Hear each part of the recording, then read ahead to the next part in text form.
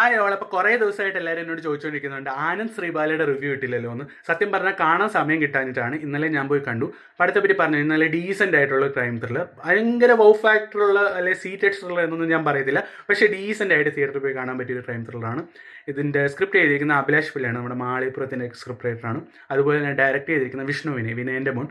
പുള്ളിക്കാരൻ്റെ ആദ്യത്തെ സംവിധാന സംരംഭമാണെന്ന് തോന്നുന്നു, പക്ഷേ പുള്ളി ഡീസൻ്റ് ആയിട്ട് ഇത് ഡയറക്റ്റ് ചെയ്തിട്ടുണ്ട്. പിന്നെ ആദ്യത്തെ ചിത്രം ആയതുകൊണ്ട് തന്നെ കുറച്ച് മിസ്റ്റേക്ക് അവിടെ ഇവിടെയൊക്കെ ഉണ്ട്, എന്നാലും അതൊക്കെ നമുക്ക് നെഗ്ലിജിബിൾ ആണ്. പിന്നെ കുറച്ച് ലോജിക്കൽ മിസ്റ്റേക്സ് ഒക്കെ ഉണ്ട്, അതും നെഗ്ലിജിബിൾ ആണ്. മൊത്തത്തിൽ പടം എനിക്ക് ഇഷ്ടപ്പെട്ടു, കാരണം ഡീസൻ്റ് ആയിട്ട് എനിക്ക് സ്ലോ ബേൺ ത്രില്ലർ ഇഷ്ടമുള്ള ആളാണ്, അതുകൊണ്ട് എനിക്ക് നല്ല ഡീസൻ്റ് ആയിട്ട് കണ്ടിരിക്കാൻ പറ്റും. പിന്നെ പെർഫോമൻസിൻ്റെ കാര്യം പറഞ്ഞു കഴിഞ്ഞാൽ അർജുന അശോകൻ, അപർണദാസ്, പിന്നെ നമ്മുടെ ചിന്താവിഷ്ട ശ്യാമളയ്ക്കകത്തെ ഹീറോയിൻ സംഗീത, പുള്ളിക്കാരുടെ പെർഫോമൻസ് അടിപൊളിയായിട്ടുണ്ട്.